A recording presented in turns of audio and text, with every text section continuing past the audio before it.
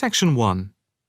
You will hear a male student talking to a union representative about placing an advertisement to sell a laptop. First, you have some time to look at questions 1 to 5.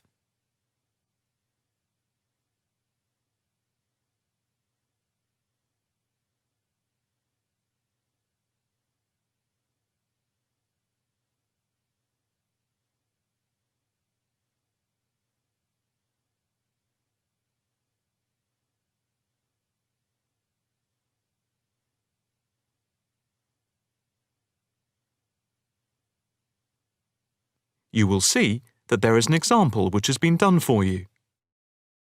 On this occasion only, the conversation relating to this will be played first. Hi, I'm Debbie. How can I help? Hi, my name's David.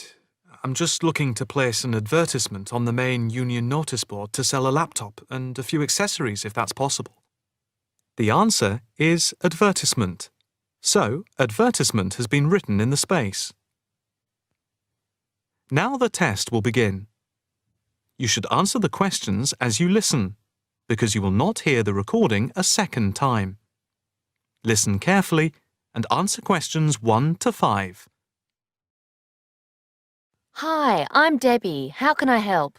Hi, my name's David. I'm just looking to place an advertisement on the main union notice board to sell a laptop and a few accessories if that's possible. Sure, that's not a problem. I take it you are a member of the Students' Union? Yes, I am. Right then. I'll just get a form up. And as there is no one around and it looks as if it's going to be quiet for a while, I'll just type the details straight into the computer for you. Thanks very much. No problem. Shall we just title it Laptop for Sale? Yeah, okay. Can you describe it generally? Well, it's in very good condition. In fact, it's hardly been used. Why are you selling it, if I may ask? Well, I've got another one which is much lighter, and I don't really need two. I see. What weight is the one you're selling? It's 3.5 kilograms. That is heavy these days. Can you give more details about the one you want to sell? Right. Well, it's an Allegro, and it's got all the latest programs. Okay. What about the memory? The memory is only 0.5 gigabytes. And what about the screen size and the other features? Oh, well, the screen is, well, let's see, it's 37.5 centimetres with a standard size keyboard and a touchpad. But I've got a cordless mouse that I can put in with it if necessary. Well, some people don't like using a touchpad. What about ports or holes for attaching things to the laptop? It's got 2 ports.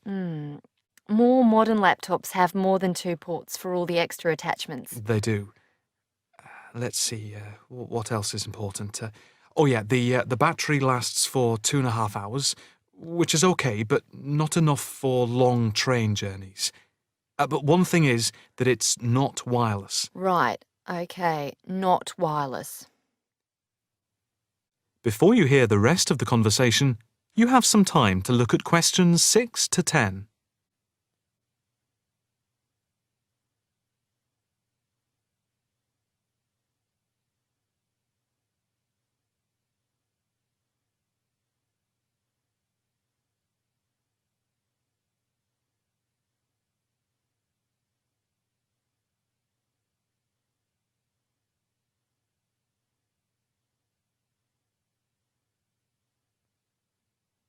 Now listen and answer questions 6 to 10. Anything else I can put on the advertisement? There's a webcam built at the top of the screen, and I can throw in a printer, a scanner, and headphones, which I got with it in a special deal. It also comes with its own case for carrying it around. Actually, the case is quite smart. I'm hoping these things will help it sell. They should do. Right, I think I've got all that. How much do you want for it? That I'm not sure about. It's worth about £900 to £1,000 new. Yeah, but you won't get that much if it's used, and even if it's in good condition. What about £500? I doubt if you'd get as much as that. More like £200 or £300. If you look at the notice board, there is one on there which is comparable to yours, and it's not more than about £250, I think. As little as that. I'm afraid so. Shall we say £300? OK, put that. Can I take some contact details for the advert? The name's David Bristow. Bristow.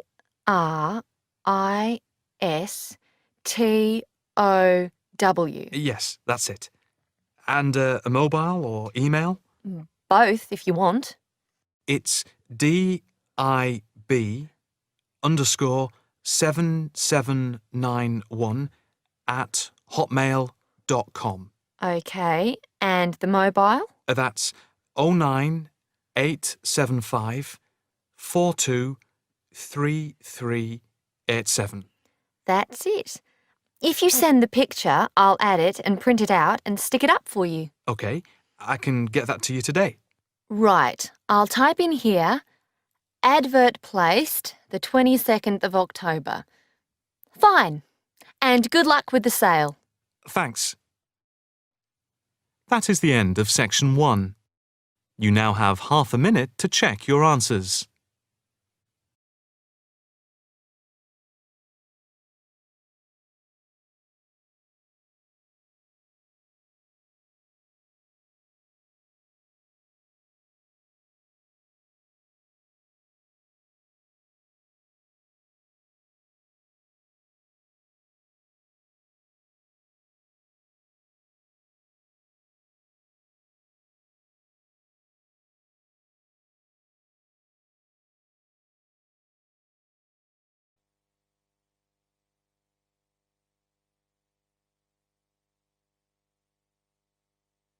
Now turn to Section 2 on page 10.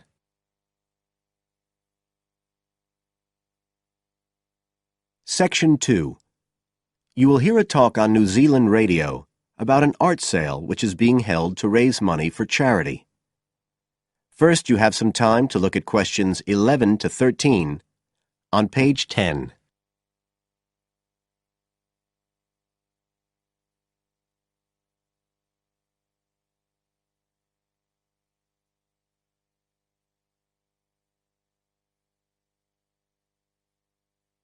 Now listen carefully and answer questions 11 to 13. One of the most anticipated art events in Christchurch is the charity art sale organised this year by Neil Curtis. Neil, tell us all about it. Well, Diane, this looks like being the biggest art sale yet. And the best thing about it is that the money raised will all go to charity. So what you probably want to know first is where it is. Well, the pictures will be on view all this week, most of them at the Star Gallery in the shopping mall. But we have so many pictures this year that we're also showing some in the cafe next door.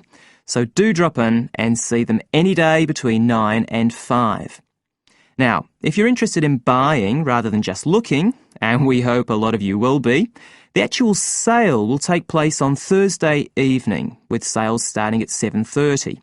Refreshments will be available before the sale, starting at 6:30.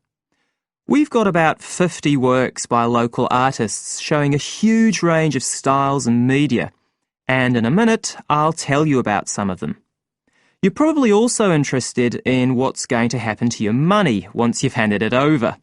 Well, all proceeds will go to support children who are disabled, both here in New Zealand and also in other countries. So you can find an original painting, support local talent, and help these children all at the same time. Before you hear the rest of the talk, you have some time to look at questions 14 to 20 on page 11.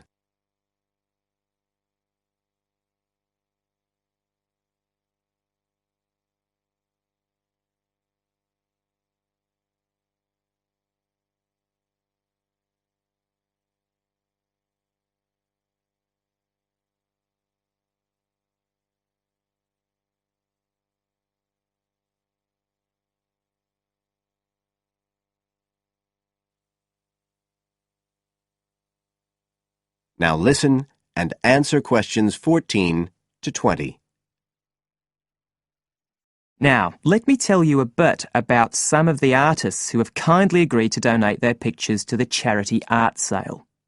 One of them is Don Studley, who has a special interest in the art sale because his 5-year-old daughter was born with a serious back problem.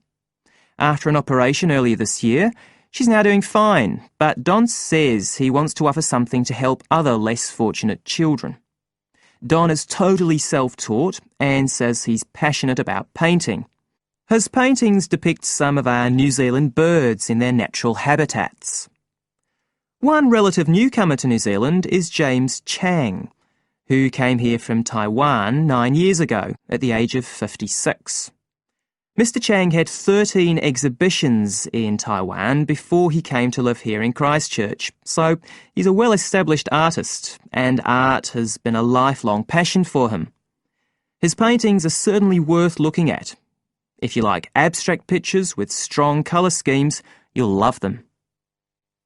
Natalie Stevens was born in New Zealand, but has exhibited in China, Australia and Spain.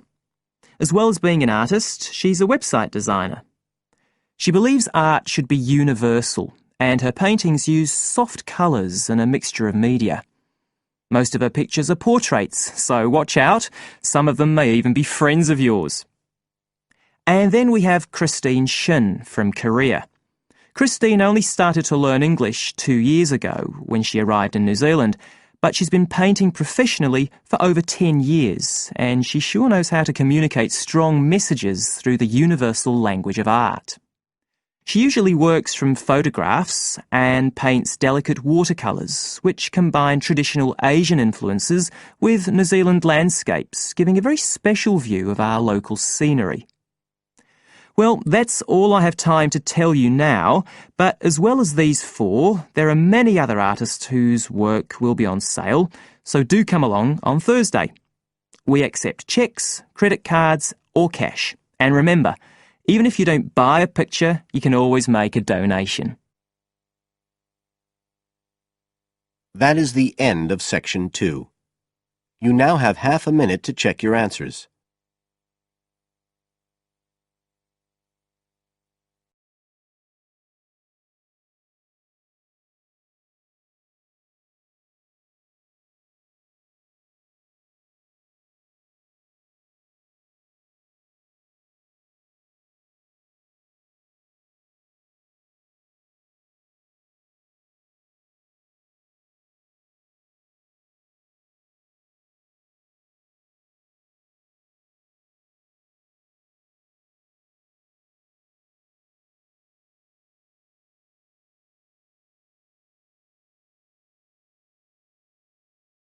Test 1, Section 3.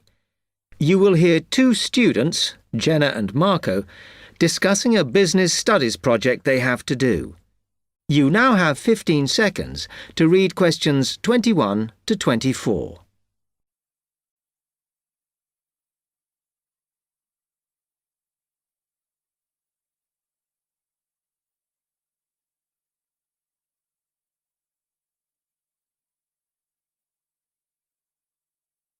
Come on, Marco.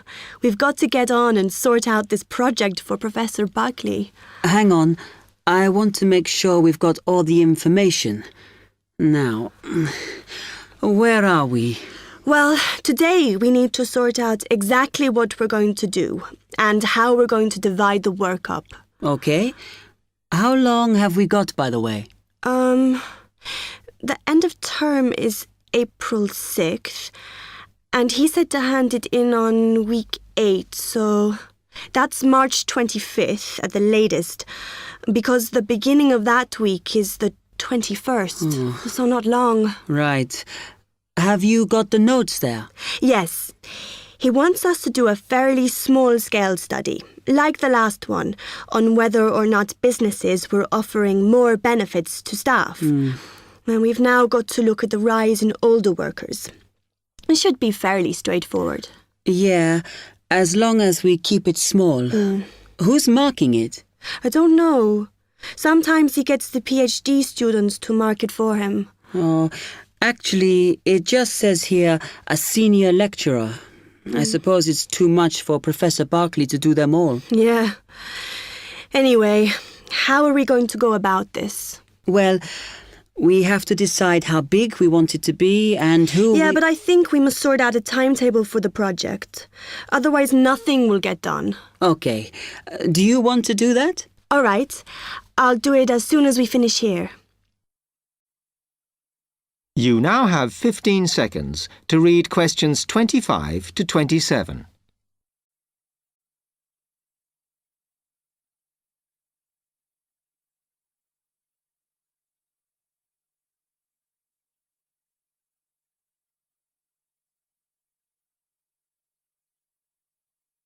Okay, what do we have to do now for the project?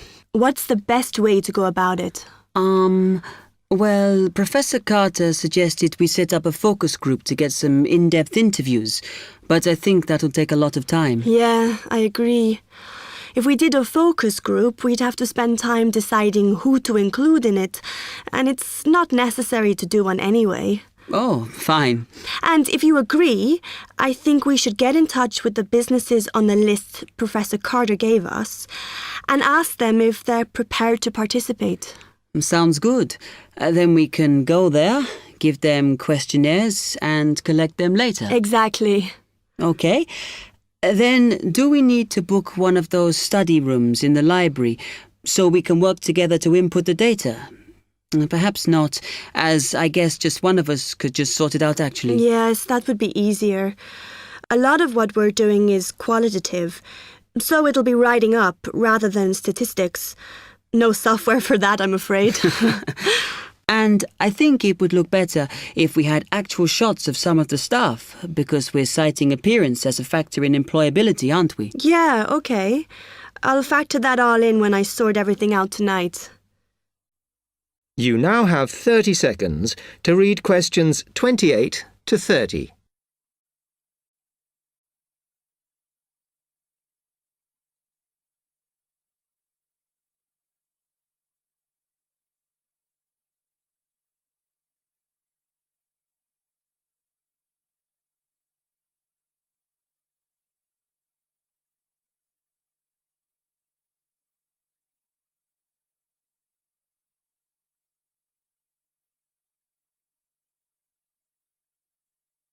I'm glad we decided to work together. I think it's going to work out well. Yes, well, given that we had to work in pairs on this project, I think we were right to choose each other. We complement each other academically, as we're each good at what the other isn't. In fact, we should have tried working together before. Yes. Now, how shall we split the work? I'll do the analysis, shall I? Oh, okay. It's just that it might be faster, because I'm used to doing it. Although your English is better than mine. I need more practice at reading, really. Okay, I'll do the presentation then, if that's okay with you. Yeah, sure. I don't mind speaking in public, but I hate preparing all the notes for them. The thing is, the tutor said one person should do the whole presentation, and he said he expects me to do it because I haven't done one yet. No, that's fine.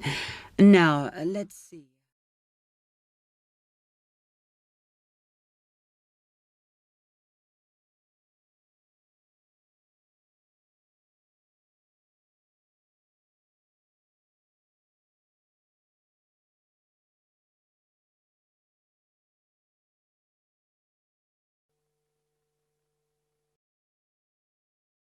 Now, turn to Section 4. Section 4.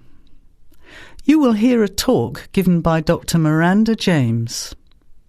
First, you have some time to look at questions 31 to 35.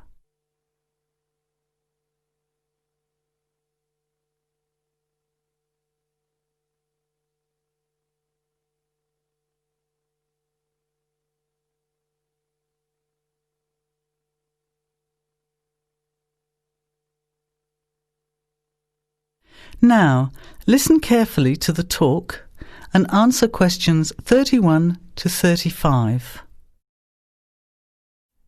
Good afternoon, everybody, and welcome to the first in a series of talks we have arranged for the Overseas Students Association this semester. Dr. James has very kindly agreed to speak to us today on the topic of public speaking, and judging from the large numbers of you here, it's clearly a subject of great interest and relevance. Dr. James. Hello. It's good to see so many of you here, and hopefully what I'm going to tell you will be useful to you both here at the university and in your future employment. Many people avoid speaking publicly, by which I mean in front of, say, 10 or more people. Not because they lack the ability, but mainly because they lack confidence, which is really only due to lack of practice. Today, as a consequence of the influence of television, audiences expect speakers to be relatively brief and to the point, in addition to being well-informed and interesting or entertaining. Probably the most important part of public speaking is what you do beforehand, by which I mean preparation. This includes practical details, such as knowing precisely what your topic is and exactly how long you are expected to talk for. You should also plan the content thoroughly.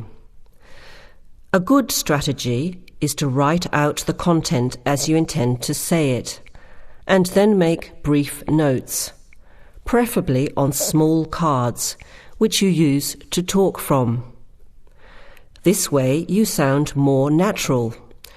You incorporate pauses while you look at your notes, and you can then look at your audience while you are speaking. Never read your speech without looking at the audience. Eye contact is a very important part of communicating with an audience. So deliberately move your head and look around at your audience. Pauses are important, as most people, when they are nervous, tend to rush through their speech. Now you have some time to look at questions 36 to 40.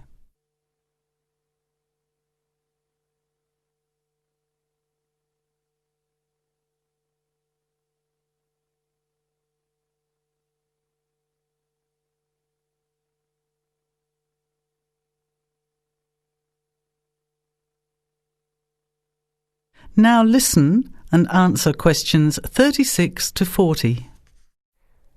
Practice speaking slowly. This gives you more time to pronounce your words correctly. It's always easier for your audience to listen to someone whose speaking is clear and calmly paced, so that they can understand the ideas being explained. And the bigger the group, the more slowly you should speak. Remember to project your voice, speaking clearly to the person furthest away from you. It's a good idea to rehearse and record yourself. Pay attention to your intonation when you listen to yourself. It's even harder if you're speaking in a second language, I would imagine. But there's nothing worse than listening to a flat, monotonous voice. So try to vary your tone and rhythm. This will add meaning to your words. Lastly, pay attention to both your posture and your gestures. A confident person stands or sits in a small group with their head up, chin out, and shoulders back. Try to avoid scratching or fiddling with your hair or beard, or pens, jewellery, and so on. These movements can distract and irritate your audience. Yet you may be unaware of them yourself. Another reason for rehearsing, preferably with feedback from a friend, or better still, on video. I hope these few tips will make your experience of speaking in public a little easier. Remember, practice makes perfect. That is the end of section 4. You now have half a minute